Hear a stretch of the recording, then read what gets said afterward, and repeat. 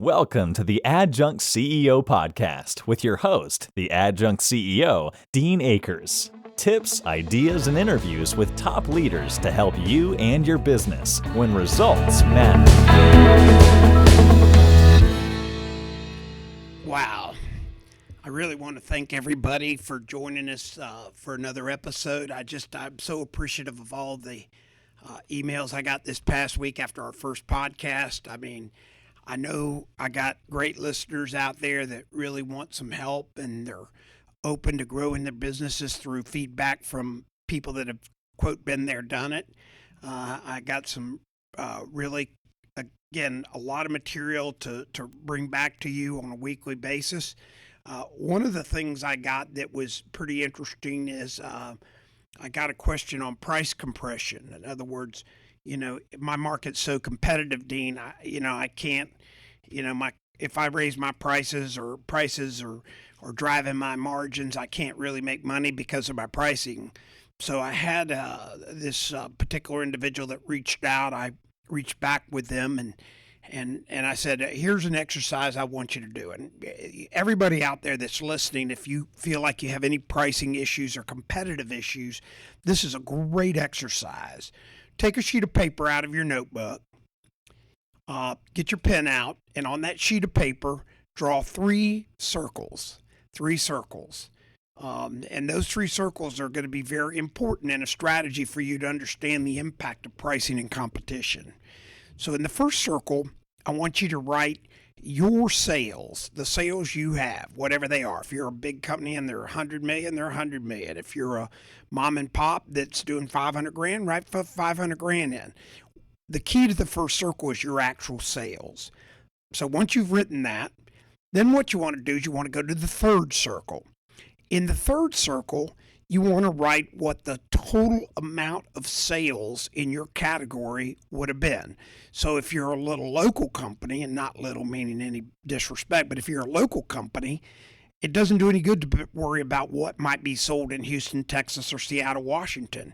You want to look in your marketplace. And there's so much data out there today to really be able to get a pretty good number. One company in particular I did, we were able to use insurance companies. We got several agents to go back to the industry, and because liability was based on top line sales for the industry, they were able to determine that the estimated sales for the marketplace was X hundreds of millions of dollars. So again, there's a lot of ways to get it, and you have manufacturers that can give it to you, but you want to get that third circle, which is the gross amount of sales that happened in your market.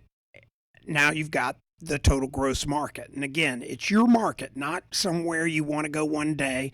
It's your market, whatever geography it is. Then comes two more key ingredients. And this is the one where I get the uh-oh.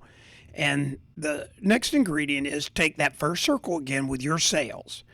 Now I want you to write in that circle how many dollars of sales you lost to competition for price, availability. The guy was married to the guy's uncle, or whatever, girl's uncle, whatever the reason is, whatever your sales team or you came back and said the reason you lost the price. Now don't start telling me how you're the best value and you give the more than anybody else, but just go there with what you've lost. 99% of the time in this stage of the exercise, I get a bunch of I thinks, it's abouts. And you're going to find out that this is a very critical number because that number plus your sales shares with you the market you play in. Then in the second circle, you want to write down the difference between the two numbers in the first circle. So your sales are, call it 10 million. And let's say you lost 50% of your sales, so that's 5 million. So there's 15 million. So the first circle totals 15 million. If the other circle, the third circle, is 100 million, then that means the second circle is just mathematically 85 million. Now that's where I get the real aha moment. Now, the reason that second circle is so important, that means in this example that $85 million worth of documentable transactions, it's just math, it's just facts, $85 million worth of business, or in this case, 85% of the business in your service territory, you lost for one reason and only one reason. You didn't lose it because of price. You didn't lose because they're on the take or whatever excuses your sales and or you come back with. You lost it because you weren't even on the deal. And when I was coaching my kids in Little League years and years ago, there was a cool thing. And we had kids that were scared to get up and bat because they were afraid they would strike out. And I said, well, if you stay in the dugout, I promise you your batting average will be 0. So just get on up there and strike out. Get up there and strike out. Well, if they get up there enough times at bat, they're going to hit one. And the best example is if you bat 300 in the major leagues, you're driving a Ferrari and living in a 10,000 square foot house. So that's 3 out of every 10 times you get a hit. Now, why is that important in sales? When you make all the self-talk excuses of price and everything else, and the math points to that 85 transactions out of 100 you lost because you didn't even know about it, then comes the real question. How do you get on those deals?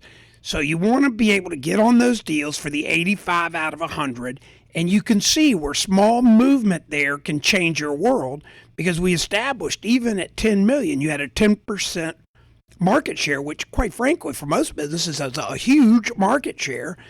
And yet we could see visibility to increasing it by 10, 15 full percentage points. So you're talking about doubling and tripling your sales just by getting on deals. You were closing 2 out of every 3. You're just not on the deals. If you had that same closing ratio for the other 85 million, just think about that number. It's a crazy number. It's 50 plus million. So the goal is to get on deals. So in this show, the exercise I want you to take home with you today is, am I on the deals? When you're meeting with your sales force and they tell you about how competitive it is, say, fine, bring me the lost sales. Go out and lose deals. My big deal with my sales forces over the years are, just go bring me lost sales. Bring me lost sales. I want you to lose deals. Now you say, why would that matter to pricing? In one case, I raised our price 25%. 25%. My sales force looked at me like I was crazy. And they said, 25% will never get any deals.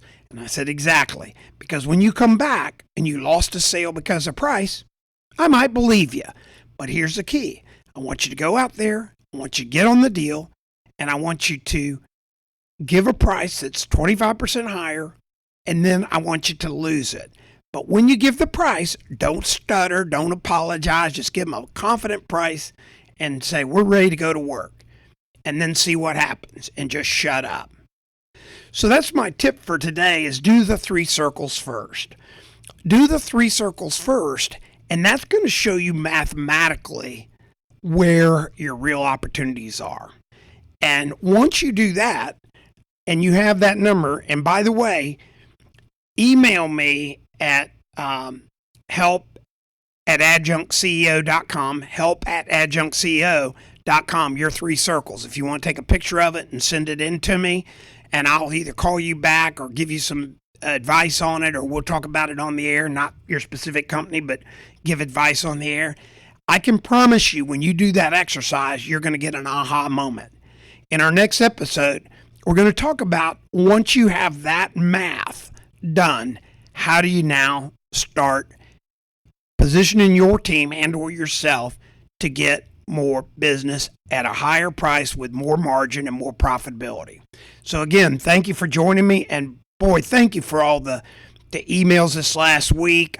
It really means a lot to me that the listeners out there are engaged. It means a lot for me to be able to give back.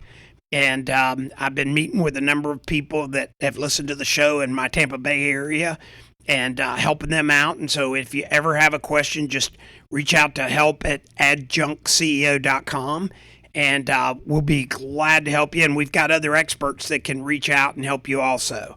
We hope you enjoyed today's show. Make sure to like and subscribe so you don't miss a single episode. If you have any questions or need some help, just email help@adjunctceo.com. Thanks for tuning in.